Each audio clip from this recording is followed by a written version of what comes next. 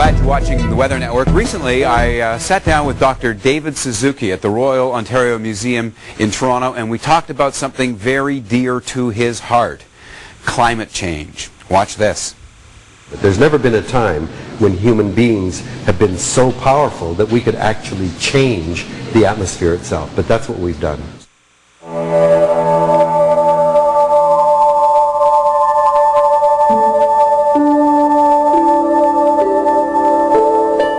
We've already added about 30% more carbon dioxide than there was 200 years ago in the atmosphere. That experiment we've already started, and it's going to take hundreds of years before that all balances out in the air, water, and soil. We've started the experiment. What scientists are saying now is, can we keep the temperature from rising more than 2 degrees this century? Now, people will say, well, 2 degrees is nothing. You know, from day and night, you can get temperature differences of 60 degrees. So what do we care whether it's a 2-degree rise? I want to point out that between an ice age and a warm period, on average the transition is about 1 degree per 1,000 years. We've already warmed the planet 1 degree in 150 years, and we're talking about another degree by the end of this century.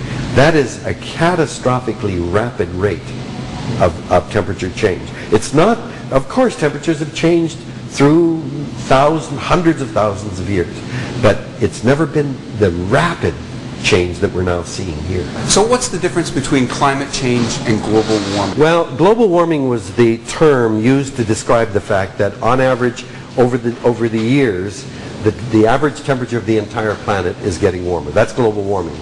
We began to use the term climate change rather than global warming because that suggests climate change, that it's not always going to just get warmer, that there will be some areas, in fact, that will get colder. For example, there's a heat engine in the Atlantic Ocean that picks up heat around the equator, and that current then, pulling the heat with it, travels up along Africa, along the coast of Europe, and then releases its heat through Europe. And the temperature over Europe, the climate, is much milder than you would expect for an area that far north. And that's because of the heat engine that's coming up and bringing heat from the tropics.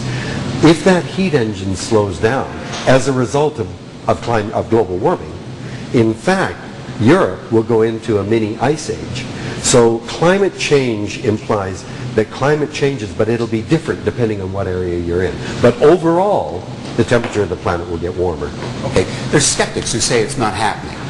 Skeptics are a tiny, tiny fraction. In fact, there was an intergovernmental panel on climate change that was set up by the United Nations. Over 2,000 scientists belonging to over 100 countries in the world.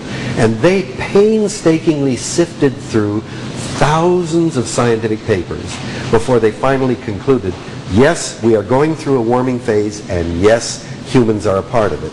Now, there's been a tiny fraction of people who are saying, no, the evidence isn't in. But they don't publish in scientific journals. They don't go to meetings of climatologists to debate it. If you look at almost 1,000 of the latest scientific papers on climate, not a single one of over 980 scientific papers recently published, not a single one says, no, we dispute global warming.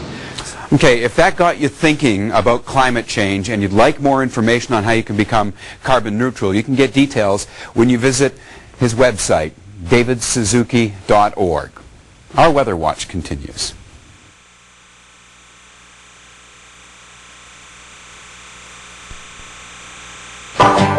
Stay tuned. Your local forecast is up in 3 minutes.